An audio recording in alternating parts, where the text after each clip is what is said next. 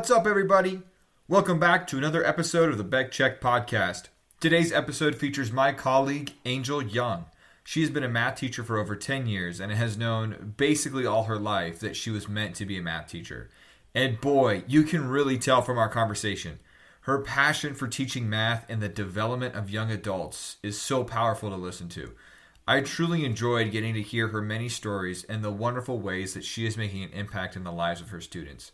I hope you leave the episode feeling inspired because I know I did. Give it up for Miss Angel Young.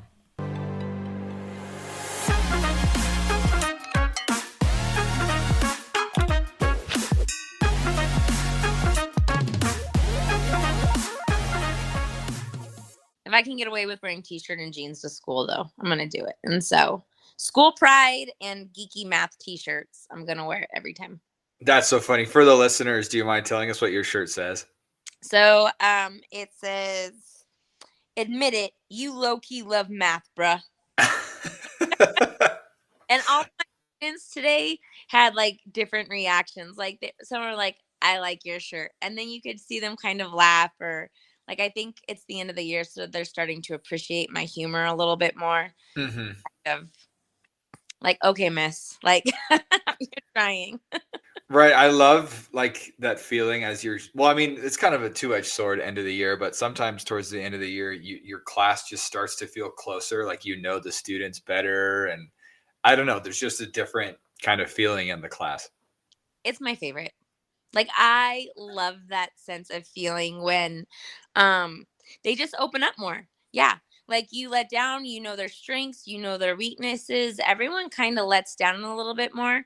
I actually find myself tightening up on some classroom management things because it's right after spring break. Everyone just wants to like quit. And myself included, as a teacher, it's real. I kind of just want to be like laid back. But you got to be the one that pulls them over. Like, no, we all feel this way. And I hate to be that person. Like, it's so hard for me when people don't want to do what they have to do. But sometimes that's your role. Like, as a parent, as a teacher, like in so many aspects of life, like sometimes you have to pick it up when others are like falling apart a little bit. And it has been that after spring break. I'm like, I'm sorry. I know I am mean. Like, I mean, because everyone gets so relaxed. That comfort level that you just talked about, which is so beautiful. You gotta like find that balance and pull it back in all at the same time. It's definitely a tricky part of this last quarter. Yeah, no kidding. Well, Angel, why don't you go ahead, just kind of introduce yourself, just share where you teach, what you teach, and just kind of your journey to becoming a teacher. So my name is Angel Young. I am 45 years old and I teach geometry and financial algebra at Mountain View High School. I have been teaching at Mountain View for 7 years now, which just blows my mind because I took 7 years off of teaching to raise my children. To start my family. They're still growing. I'm still raising my children. But I took 7 years off to raise my family. And before that, I had worked 5 years at different schools, still math, different levels. What started my journey on teaching is I kind of feel blessed because I've wanted to be a math teacher since I was in the 6th grade. I remember sitting in Mr. Bermuda's 6th grade pre-algebra class, and I was like, yes, this is what I want to do. Like, this man inspired me. He made it fun. He had like those little chants, like where you go back and forth between the teacher. And one of the big quotes was practice makes improvement.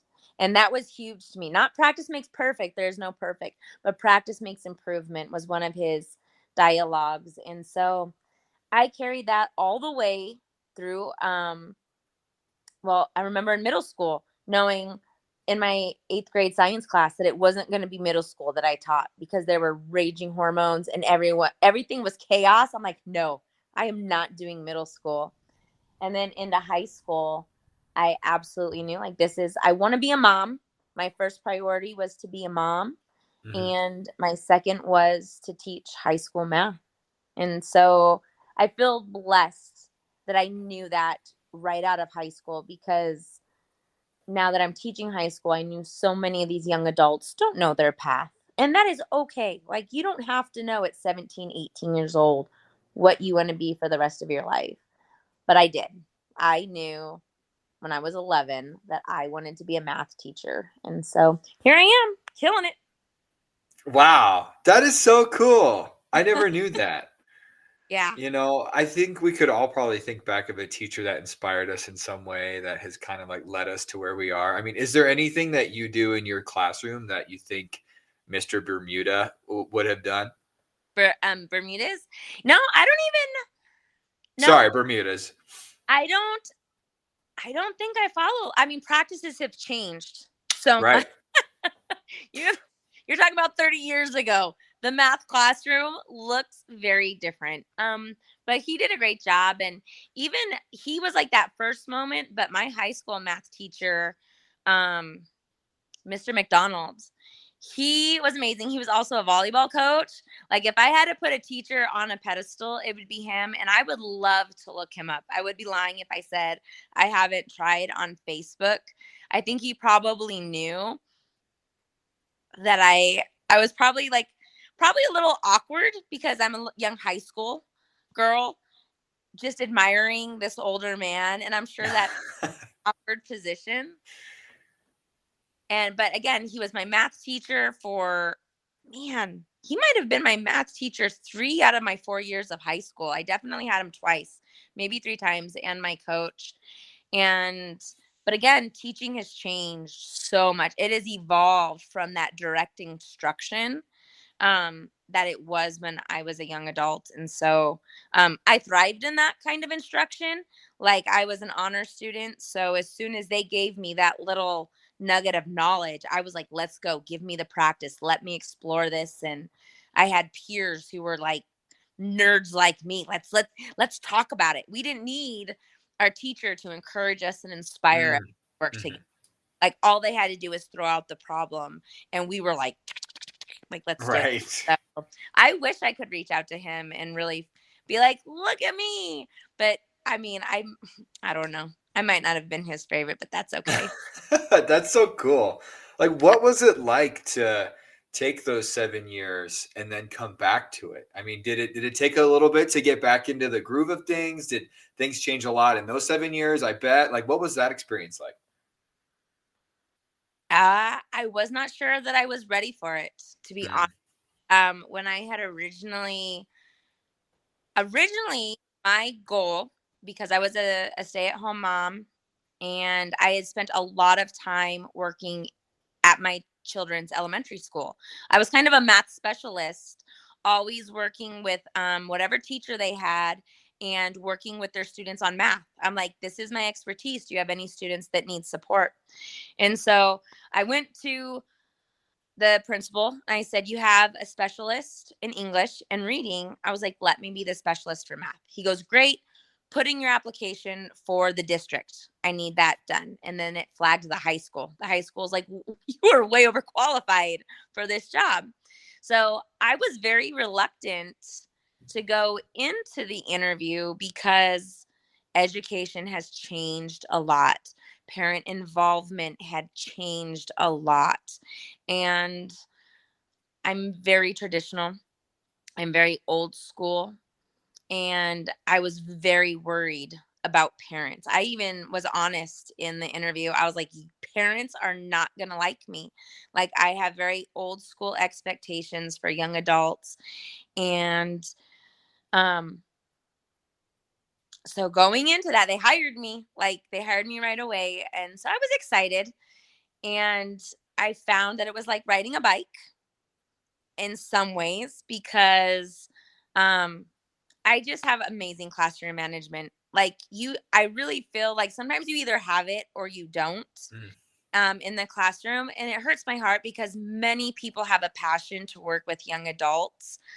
but it's kind of tricky sometimes to set the expectations, follow through with expectations, um, give respect, demand respect in that kind of way. So I was very fortunate that my classroom management skills, I took off right where I left off, with the advantage of age. When I left education, going in as a 24-year-old, you're really not that much older. So getting the respect of high school of high school adults when you're not much older than was a little bit tricky. It was a little bit easier when I was in my 30s. So that was very cool. Technology had changed significantly. I'm in a school district that is ahead of the curve when it comes to technology. I feel students have had Chromebooks in their classroom since they were in elementary school. When COVID hit, we were super fortunate that it was not a new tool or new resource to tap into. Our school was prepared for it. But I had to learn all of that and catch up and grow on Google Classroom and grades and synergy, all the different formats that we communicate with parents over the internet. And that was a little bit new. There were no books. I was like, what do you mean there's no books? Like, where's the book? What do I teach? Where's the book? There's a new philosophy that there's no homework. And I'm like, what do you mean there's no homework? Like, why isn't there homework? What are they going to do? And so that was a huge shift. But in the end, super grateful for my administration because they always supported me with parents. I was worried that parents were not going to respond to my strictness. But admin always had my back because I was always able to share a process that I worked through with the child. I was never necessarily unfair. It was talking about communicating that language between what a kid takes home and tells their parents and the teacher's version of what the student takes home and tells their parents. And so parents, my admin trusted me. Admin always engaged in conversation and supported me in communicating with parents because that's all it was communication. How do we all three work together? And then technology, ah, COVID was a blessing for me in that sense. I had to learn a lot. And because of the freedom of our schedule during COVID, I had the opportunities to explore those tools and come out a better teacher at the end. I can't say my students learned a lot during COVID, but I did. I learned a lot about the digital resources that I could share with them. But yeah, education has changed a lot. I kind of feel like it might be swinging a little bit in the opposite direction. Education tends to swing back and forth in its philosophies. And so I'm curious to see where it goes from here. But it was a big change technology wise, but the classroom is still the classroom. The kids are still the kids. They're normal teenagers trying to figure things out, testing limits, and just trying to graduate high school, which is super cool. It's fun. No kidding. It's so funny is all I really know in my teaching experience is post COVID because in the middle of my student teaching, that's when COVID hit. And so my very first day in the classroom was an online class. And so like when you say like to you COVID was a blessing, like I bet it totally was because it gave you the space to try out these different things. For me, it was like, what is going on? Like, this is not what I signed up for. Like, I wanted to be a teacher who would be with the students and like get that in-person feedback of like if you're understanding it or not, And I was like, this is just so different for me. It struggle for I can't imagine being a new teacher and dealing with that. Like that is, and you had technology. You grew up a little bit more with technology, Right. so even then, but yeah, it's not fun for teaching at all. But when you also talked about the just setting those expectations and the age, like what comes with age as you get older, I've even seen in the past 5 years how much I've grown in that versus where I was in my first year. Because I feel like it's so hard because I'm still in my 20s, but even like when I was like 22, fresh out of college with these high school kids, like you said, you're not that much further from them, and you want them to like you because you're like, oh, I want you to like me. Like, I'll set the expectation, right? But then what happens when you don't meet it? And so there's that, like, that awkward tension you feel to, like, nope, I got to step in. Like, I said this wasn't going to happen, and here's what the consequence is.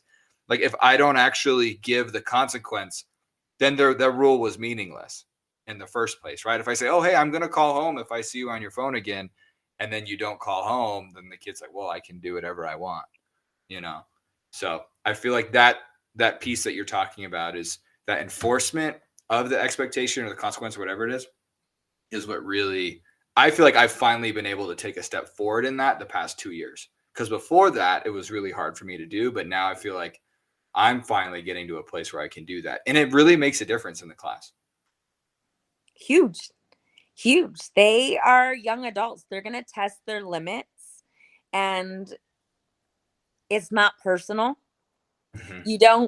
It's very hard not to take it personal. Like, I can't believe you would do that and like, as you develop relationships with these young adults, you hope that you're building trust, and they're still growing, and they're going to test you and be like, but are you really going to punish me if I do this? And you have to do You had that's to a good do life it. lesson for parenting too, Elliot. Like, I love, my passion in life is raising little, like I said, first I'm a mom and then I'm a teacher, and your children will test you over and over again. And it is your job to establish the boundaries and the consequences so that they can learn in a safe environment. And that is very true. That is the hardest part of being a teacher, is if you want them to grow, you have to be the one to enforce the consequences. You do it lovingly, you do it supportively, but you have to do it, and you have to be consistent on it. Well, that's great, Angel. Thank you for sharing. Could you share like a highlight or a funny story from your classroom this year? So this is a highlight, but it's not necessarily from my classroom. It happened twice. So at my school, we have a program called Summit. And Summit is kind of like what people from my generation would call homeroom, where you get a group of kids and they come to your classroom for 40 minutes a day. And it's kind of like a study hall, but it also opens up opportunities for them to travel to other classrooms if they need extra tutoring and support, if they need to make up work, if we need to have. Today, we had a freshman assembly to give important information about state testing. But what I love about Summit is you have these group of students for 4 years. You get them when they're freshmen, and you have them all the way until they're seniors. So you have an opportunity to be a very consistent person during their high school journey. And that really gives you the opportunity to create very strong connections with these students. And last year, my Summit students graduated. I had a fantastic group of kids that we met in COVID.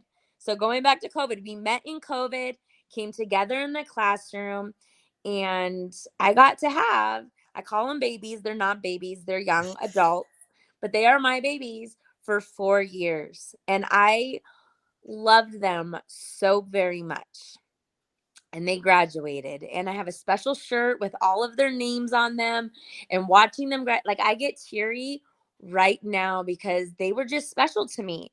And I didn't realize it at the beginning of the year, but I wasn't super excited for school to start this August. I think because I was in mourning. Like, those kids were gone, that special group was gone. But I had two special incidents this year where I was walking into Walmart, and I had one of them from across the parking lot be like, Miss Young. And they came up so excited to see me, so excited to share with their experience after high school, catch me up on things, give me a giant hug, do a snap so that they could share with all their friends. And my heart just exploded for that day. And another student changed. I ran into him on school campus. He's now a Marine, and he came as a Marine recruit to talk with our young adults. And he just showed up. Yes, ma'am. Like, when you go into any division of the services, like, it's a different, I don't want to say different respect, but he walked up and he shared his story with a yes ma'am, yes ma'am, and just, I always knew he was going to do great things. I absolutely adore him, but to be able to catch up with him, like, those have been my magical moments Mm. this year that come.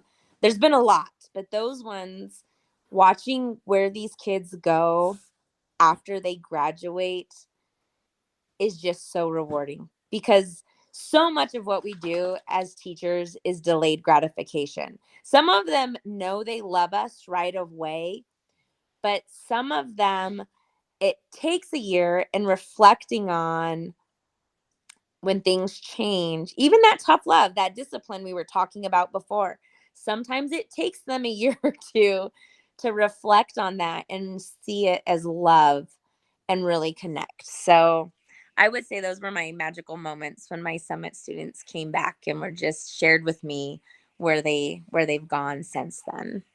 That's amazing. It's That's the best part. wow. That's so cool. When I made the decision, to move to Marana Vista, one thing that was really holding me back is that my summit students right now are juniors. Oh And no. I'm like, oh That's no. Like I have to leave them. And then now, because like every year they've been really excited. Like every year I feel like in that summit class, you get a little bit closer. They start actually going to other summits, or you start seeing the growth in their abilities so much year in to year out. And it's just really cool. And like I have this silly joke with them. Like, guys, it's junior jump. Like maybe you had a sophomore slump, but get into that junior jump. I Uh, love that. and so when I told them that I was moving on, like they were mean to me. Like they were actually like very upset. They were hurt and they were trying to process their feelings. Yep. Yep, that's exactly what happened. But I love what you said about the delayed gratification. I feel like some of the students that come back and say hi to me are some of the students that I was actually the hardest on like 2 years ago. So I was like, really, you want to say hi to me? Like you didn't like me very much. Like I was really pushing your buttons. But I think it's cool because I do think kids, I think they crave that structure deep down. Even though like on the surface they're like fighting you, I think deep down they know it's what they're supposed to do. And I think they are craving that sense of like, I need somebody to point me in the way that I need to go, because I know on the surface my behavior isn't what it needs to be, and I know it needs to be different even if they're not always showing that.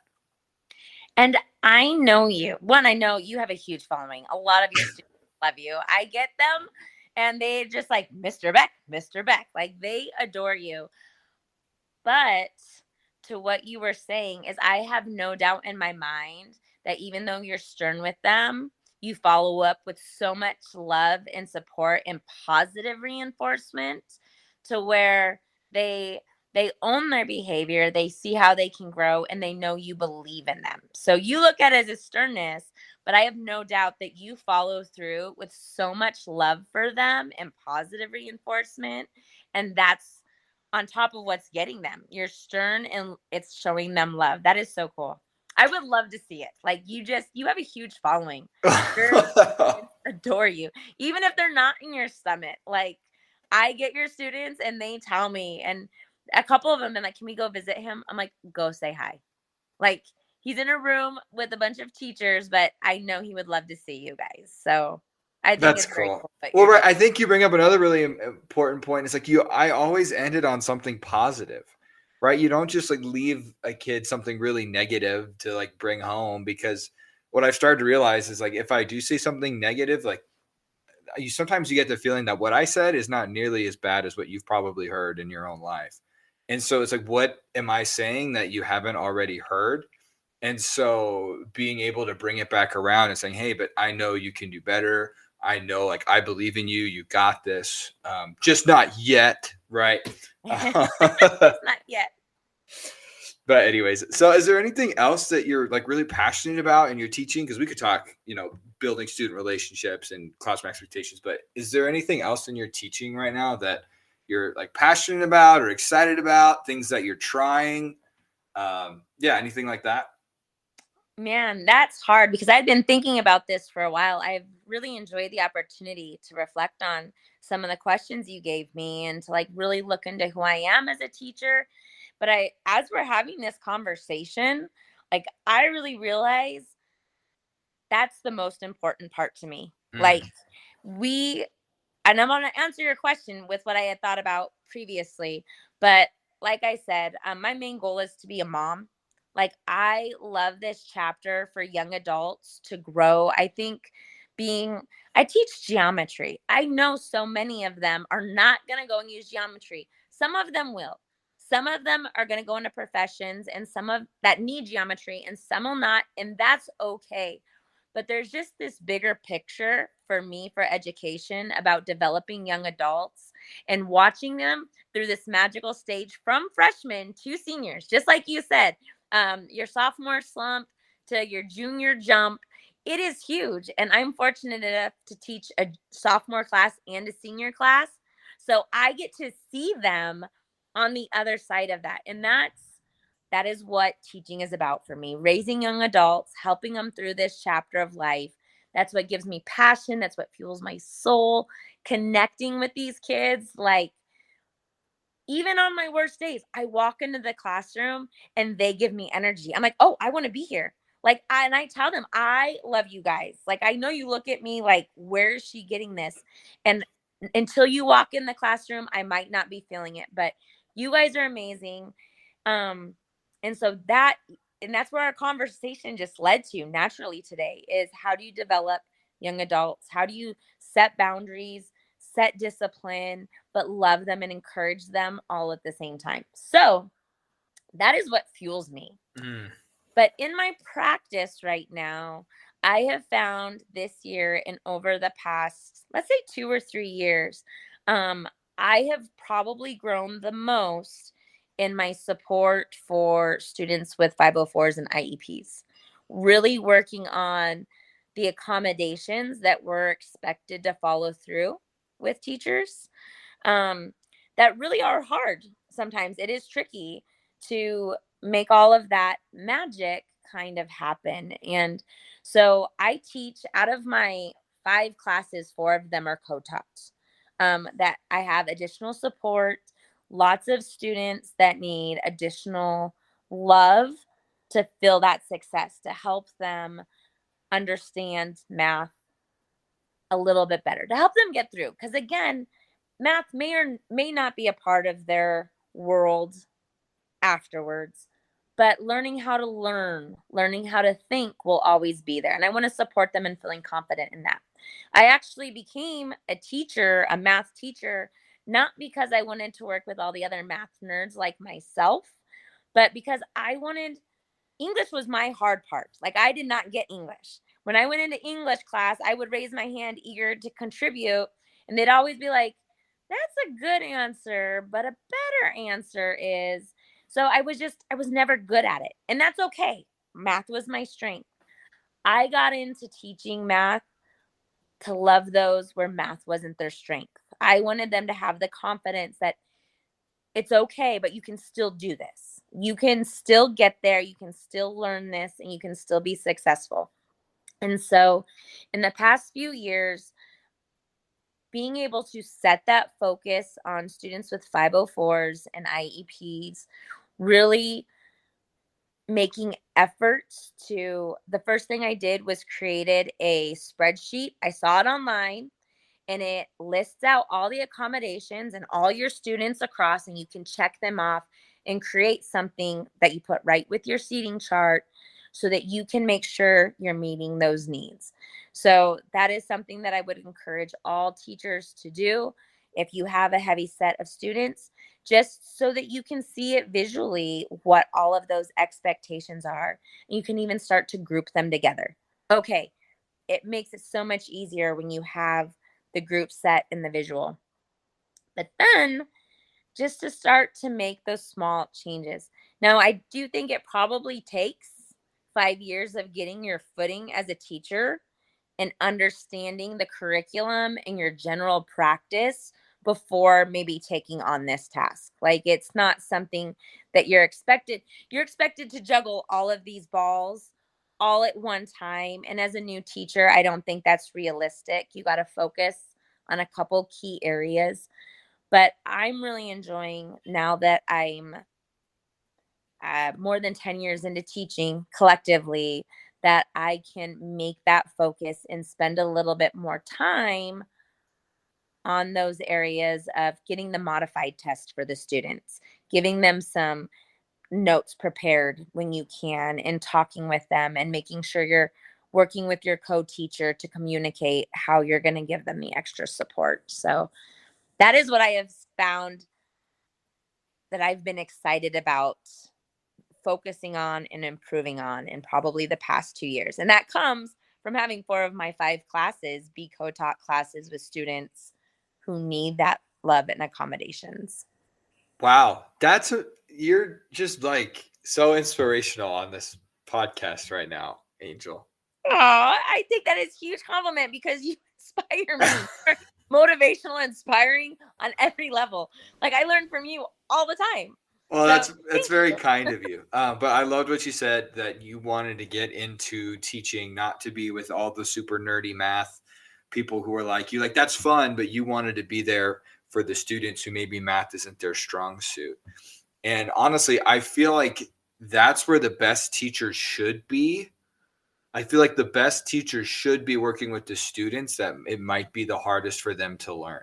How quickly does like the best teacher get a really like a really fancy math class all the time? Like, I'm trying new things, I'm doing what I can, but then before I knew it, all of a sudden I'm teaching a dual enrollment college algebra class, and like they're doing these things for me. But I remember I think it's really profound to be able to say something like that. Like, no, like I hope in my career I am always teaching freshman algebra 1 at some point. Like no matter what other classes I might teach, like I really do believe in that. Like if I can get someone who doesn't like math to maybe like it a little bit more, or someone who maybe they're like at a 2 out of 10 and seeing themselves as a mathematician, and now they see themselves like 5 out of 10, like like how little can I move the needle if everyone's already like 8 out of 10, 9 out of 10? And you know what I'm saying? So it's like, what can you do to support the students who really, really need it and allow them to get a perspective change? I think that's where the real work really starts to begin. Yeah, changing their perspective on their ability and feeling loved and supported through it makes it. I I've had a lot of students say, "I don't like math, but I enjoy your class." That's a huge thing for students when they're sitting through and they're struggling. I'm like, I'll take that. Like that you're enjoying being here because they'll give you more effort. They really Mm-hmm. will give you more and try and just feel capable. Like that confidence of feeling capable is so huge. And yeah, and it comes from working with the kids that don't, that you can still impact the kids that love it. They just don't need the motivation, right? They're going to have fun whether you do anything special or not, but it is those kids that don't want to be there that are going to benefit the most, for sure. Absolutely. Well, any final thoughts? No, I've just enjoyed this conversation. I've enjoyed this opportunity, Elliot. Like I've said, you are always inspiring me and then giving me an opportunity to reflect on my thoughts as a teacher, my practice as a teacher. I just geeked out over it. Like I love my job. I really felt like this is God's purpose for me. I Mm, thank him in my prayers every day and ask for him just to give me the strength and to lead the way for these young adults, like, and be what they need, whether it be math related or not. And you giving me the opportunity to celebrate that and talk about it and reflect on it just made my day. So thank you so much for you being you, for creating such a platform for teachers to share and inviting me to do this because I really enjoyed it. Thank you. but yeah, I think that's all I got. Thank you so much for being on the Beck Check podcast. Thanks, Elliot. Have a great night. Yeah, you too.